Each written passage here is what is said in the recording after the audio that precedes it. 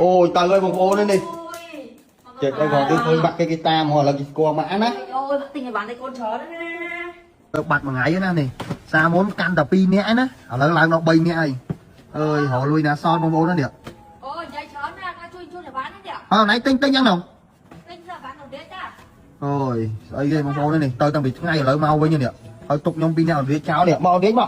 Mà pha tới đây. Hiết. Ê. Hiết. Cho các bạn nào. Mà pha tới vui. Hiết, ê. Mà cho không. Cho các bạn. Mà có mà. Mà. Nó bị tao mà. Cho bị tao mà cơ mà. Rồi, cắn được tao cơ. Bà một bầu ngồi lên rồi hôn nè. Mà có mà tao mát mà. Vậy tao tục nhông nè. Tục nhông chào pin nào thiệt mà ngay vậy. Rồi. Vậy tao bỏ tao cái bao nó mạch cho nhông. Hết chung không? Ôi trời ơi, bông ô lên đi.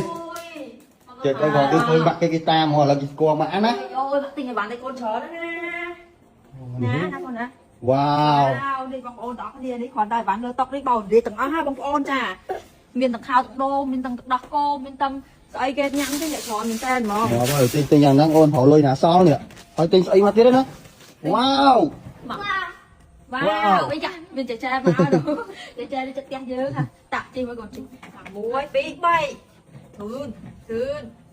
Giết cha. Con lớp trơn kìa, trường con lớp trơn. Thằng muối bí bay. Thằng bá đây. Đi chặt không là thật cười. Hết ăn rồi, thằng mày lên là hết rồi. Chặt hộp lại đây thôi. Anh ngồi tay không? Đây chết được, đây. Wow. Đây luôn. Hả? Ăn cơm thấy rồi. Ôi không đấy. Thảo muối. Thảo muối vậy. Tôi ơi, mình tay luôn. Yeah. Thấy rồi. Dùng đại bạn Thấy rồi, đồ bố cô, bà cô. Ôi chết được. Ôi. Ôi lôi em mặc cái cô nó bánh nhá, điệp mặc lại tôi lại mặc.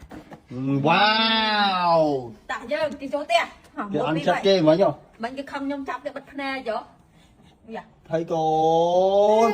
Rồi chất dùng đại bạn. Thấy rồi, đồ bố cô, bà cô. Thảo muối, cái bệnh. Thảo muối vậy. Tôi lôi mà tay mua. Yeah. Thì ta này đi trà tinh con ở ai biết này. Đồng địa con chạy chi hiểu địa con chạy chắc này. Lôi à cồn. Hiết hối nhá Hiết. Cồn hối mà chẳng. Wow. Hả? Bạn đi ngay của bà có trao tiền. Wow, tít. Gái thì thôi.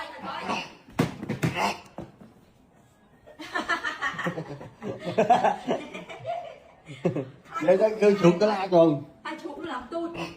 Như xuống là hít cái la vậy. Có hai chú đi ai nào? Đi chạy.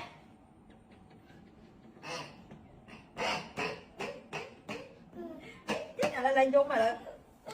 Nước con nước. Nước. Lên dần. Ô, cắn hốt tiền. Cắn hốt thôi. Ôi, mắt